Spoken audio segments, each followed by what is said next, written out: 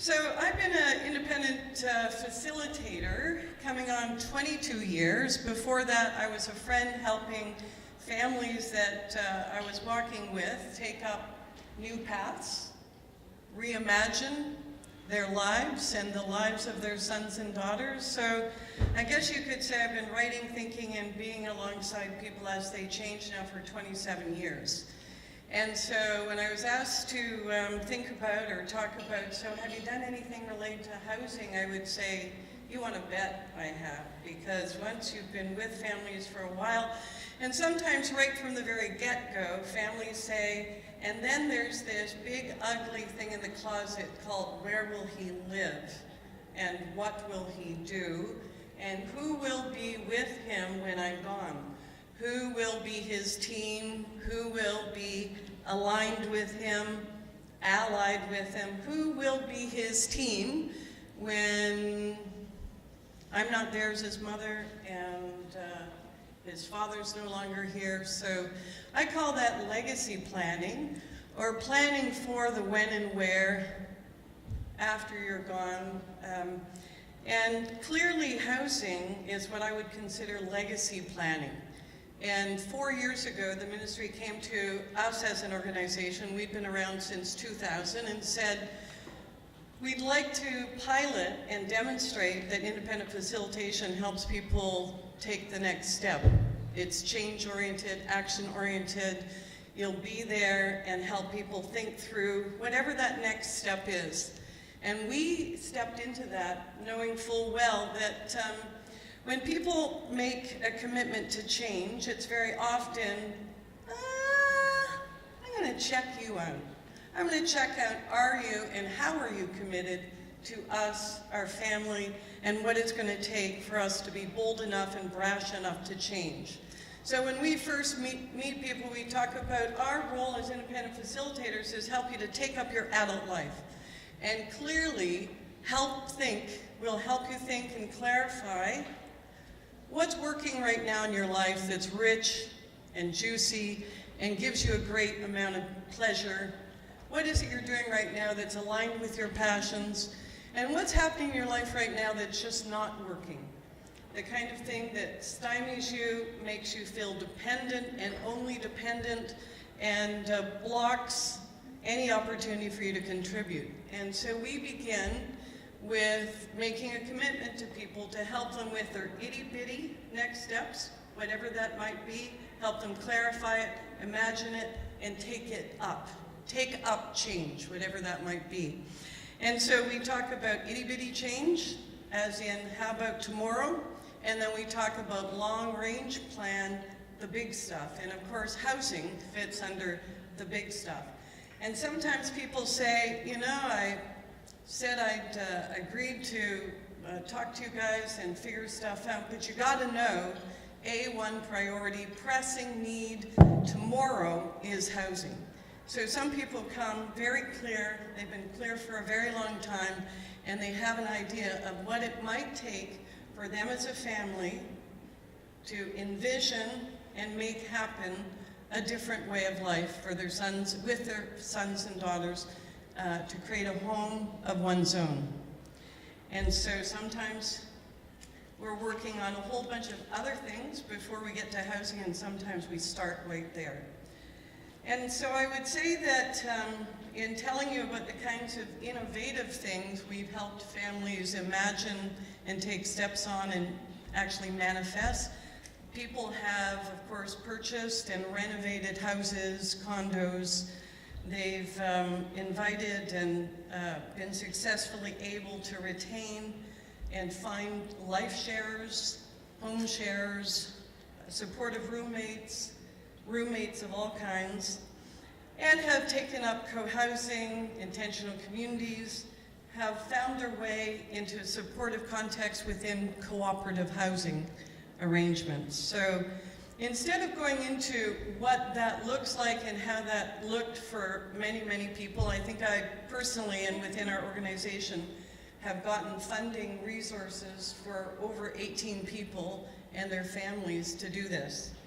But what I believe to be the most critical factors to success is what I was asked to speak about today. So I'm going to give you 9 of what I think are the 9 most critical factors in being successful in undertaking the imagination of having your son or daughter or having your life changed by living somewhere other than your family home.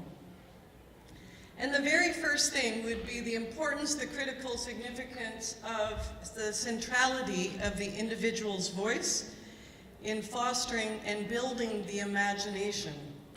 Because many times I've been brought in midway into a plan, and families are busy at it. In fact, they are believing that it's so complex they couldn't possibly figure out how they might involve their son or daughter in this large, complex planning activity.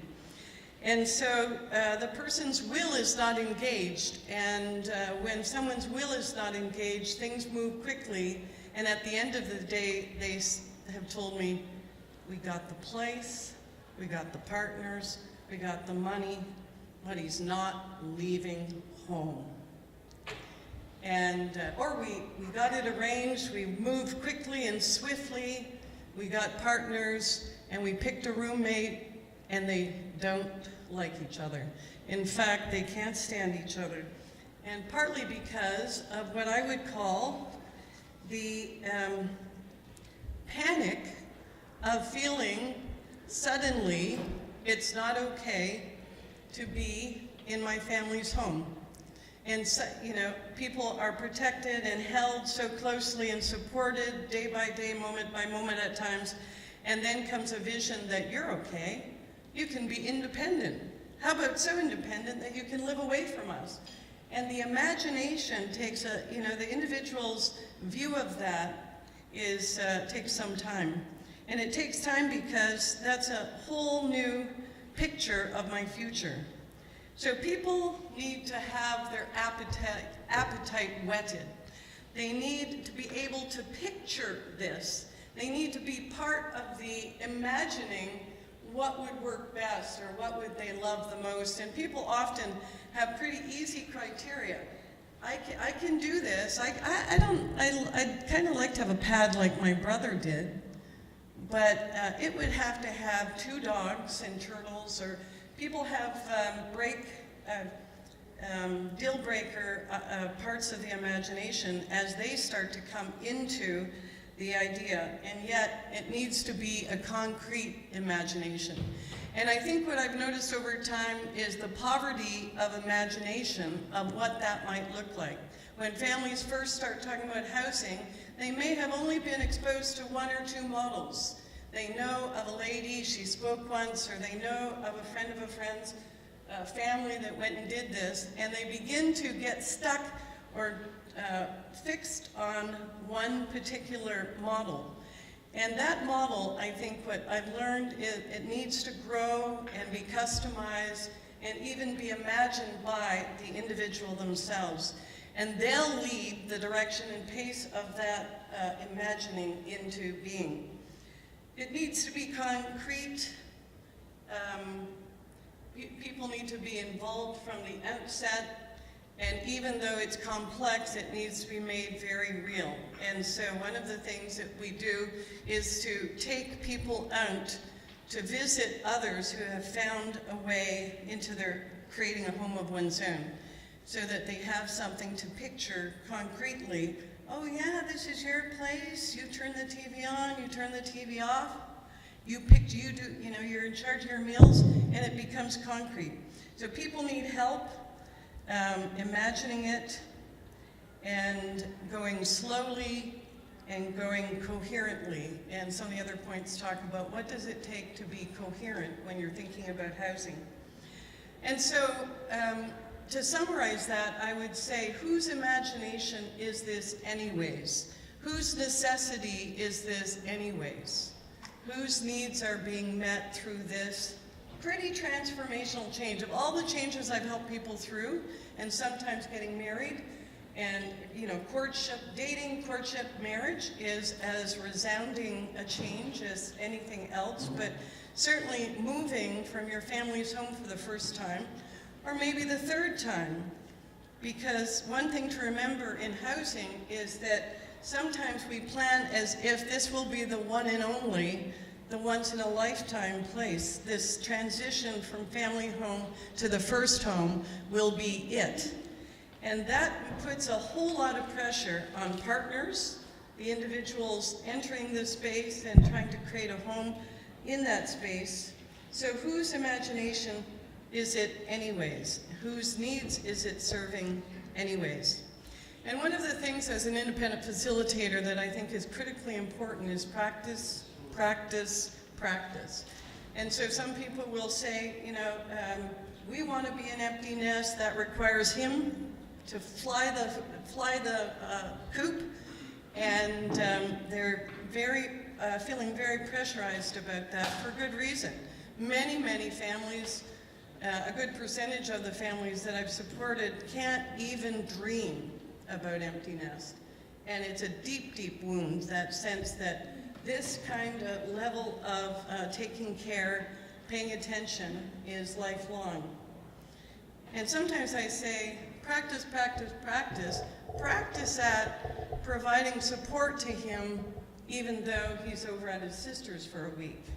Practice what I call off-site support, because people sometimes find an option in another city and say, we're going to set him up in another city, and I go, and so late at night, when you get the bell ringing, when he hits his button, are you going to be able to be there?